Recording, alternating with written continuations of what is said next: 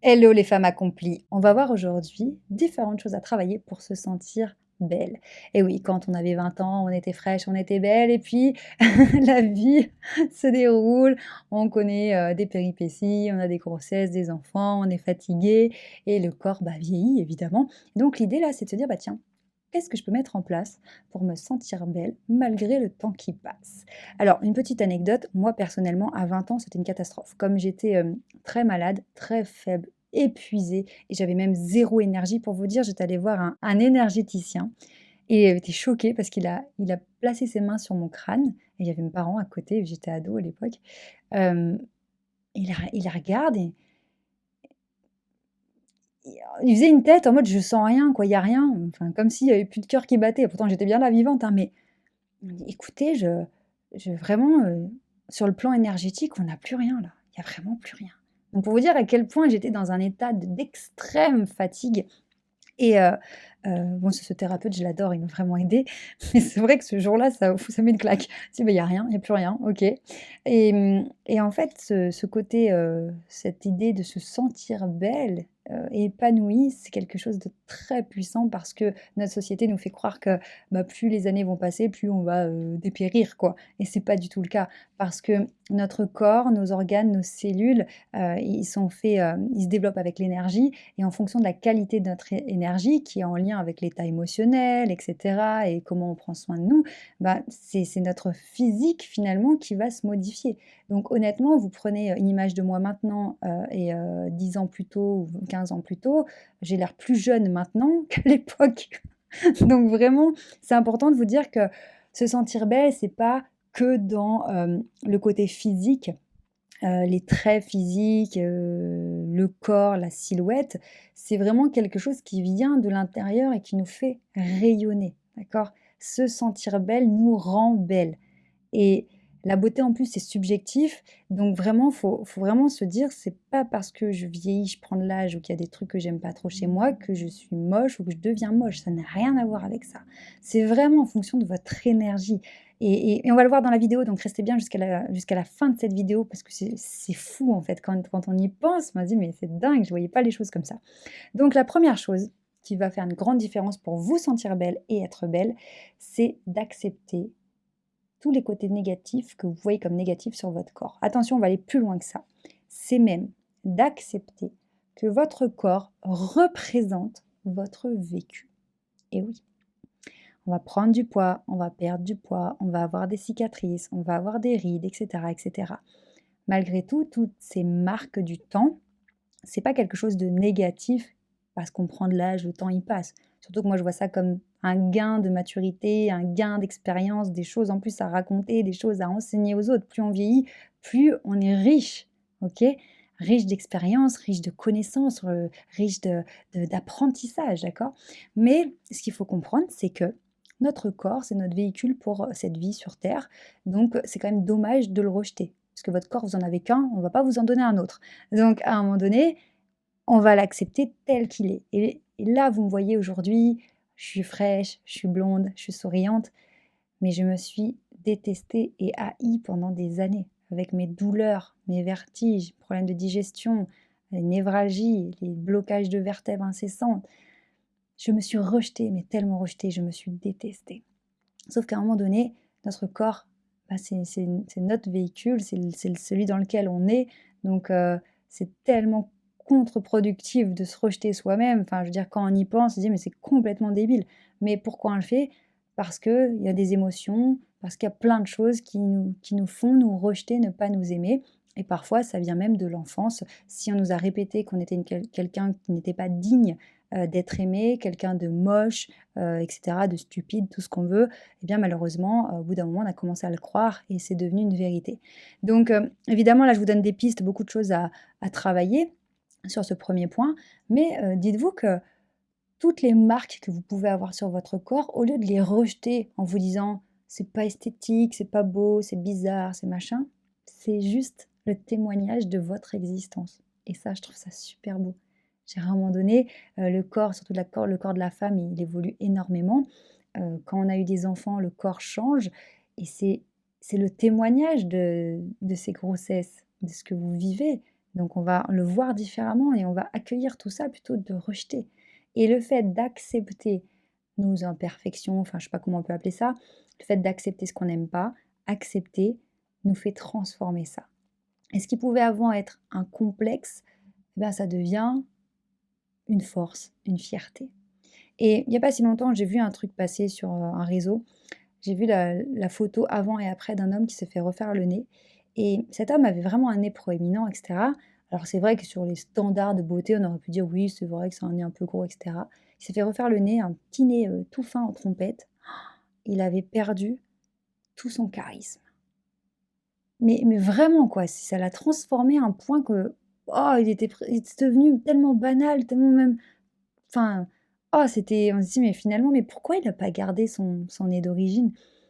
Je veux dire, certes, c'était un nez un peu proéminent, un peu prononcé et tout, mais ça donnait son caractère. Et la beauté n'est pas dans la géométrie. La beauté, elle est dans ce que l'on envoie, ce qu'on projette aux autres, qu'on rayonne, l'énergie qu'on a. Et en plus, en fonction de l'énergie qu'on a en soi, ça modifie les traits du visage et ça nous rend séduisants. Donc, c'est vraiment important de comprendre ça. Si la base, vous l'aimez pas, euh, travaillez votre énergie, travaillez votre émotionnel, travaillez l'intérieur, vous allez voir que cette même base va se transformer. C'est extraordinaire. Tant qu'on est dans ce sujet-là, je vais vous partager un truc qui est dingue et en même temps logique. Pendant des années, j'ai eu des cheveux extrêmement fins, plats, mais je pouvais rien faire. Bon, aujourd'hui, ils sont raides, voilà, je me suis coiffée comme ça, mais ces derniers mois, j'ai une telle énergie qui est montée, je me sens tellement mieux. J'ai des cheveux qui prennent un volume de dingue et même mon coiffeur qui me coiffe depuis des années, je lui disais: «Oh mais tu crois? Je sais pas, c'est vraiment mes cheveux qui ont changé». J'avais un peu du mal à y croire tellement c'était dingue la transformation. Il a pris mes cheveux, il me dit: «Mais Charline, mais tout ça, tu avais pas ça avant». Il dit: «Je te connais, je connais tes cheveux, ils sont plus épais, ils sont plus denses et même il suffit que je me lave les cheveux, quand ils sèchent tout seuls, pouf, il y a du volume parce qu'il y a de l'énergie». Donc vraiment, il faut arrêter de se bloquer sur l'aspect physique et sur les codes. Il faut comprendre que la beauté, elle vient de l'intérieur. Et tant qu'on ne s'accepte pas, on ne laisse pas cette beauté sortir et nous transformer. Et là, ça change tout. Donc deuxième point, pour continuer, qui va énormément vous aider à vous sentir belle. Alors on va se dire, bon, c'est complètement hors sujet, c'est bizarre cette histoire. C'est d'assainir vos relations. Pourquoi? Parce que quand on se sent mal dans notre relationnel, quand ça génère du stress, quand, on appréhende, quand on est tout le temps dans les conflits, qu'est-ce qui se passe? On est toujours dans du stress, dans de la tristesse, dans de la colère et donc ça génère des émotions, qui vont nous bouffer toute notre énergie, qui vont faire baisser ce qu'on appelle le taux vibratoire, hein, donc c'est l'énergie, les ondes qu'on envoie aux autres et clairement ça rend moche. Ça rend moche pourquoi? Parce qu'on va avoir les traits tirés, on va être crispé, on va vraiment développer des expressions du visage et un langage corporel qui reflètent ce que l'on vit au quotidien, donc qui reflètent de la colère, de la peur, de la tristesse. Et ça, clairement, on va avoir du mal à se sentir belle si on est constamment brassé dans des émotions négatives. L'idée n'est pas de rejeter les émotions négatives, mais c'est de se dire, attends, dans cette relation-là, j'ai que du mauvais, quoi. Je suis tout le temps, sur mes gardes ou je marche tout le temps sur des œufs ou alors je suis tout le temps énervée. Bon, il y a quelque chose à travailler. Donc si vous voulez vous sentir belle, l'objectif, c'est d'être au maximum dans un état émotionnel positif dans sa vie. Ça n'empêche pas d'avoir, des coups de peur, de stress en fonction des événements, des coups de colère, des coups de tristesse. C'est normal, on est des êtres humains.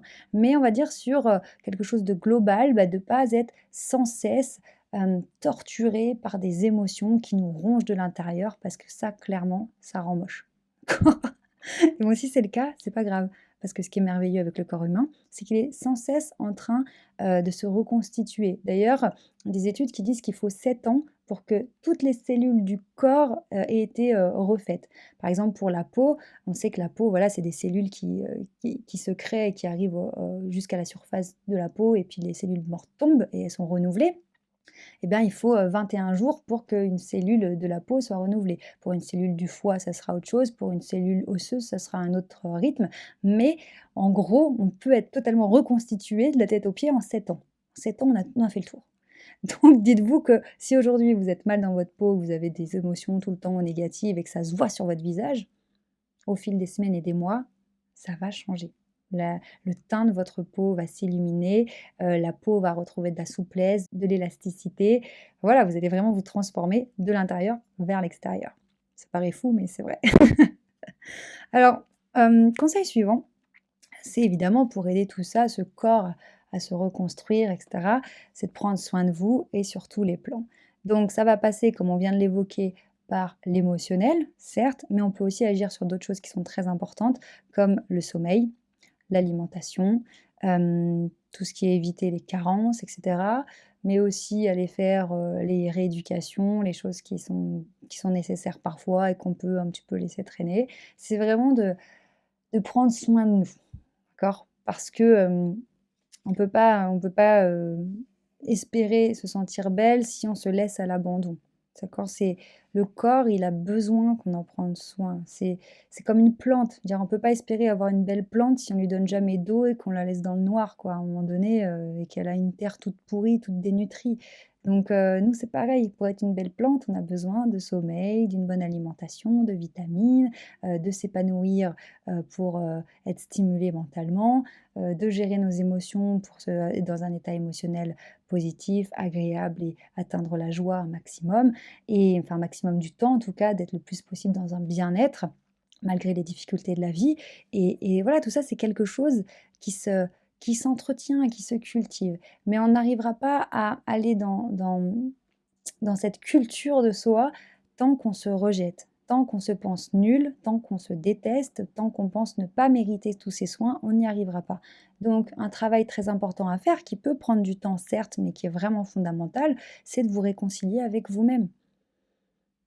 Je sais que c'est très dur, moi-même c'était juste impensable. Comment me réconcilier avec moi-même? Comment m'aimer alors que je me détestais? Je ne pouvais pas me voir, vraiment, je me trouvais tellement nulle et moche et bête et insignifiante.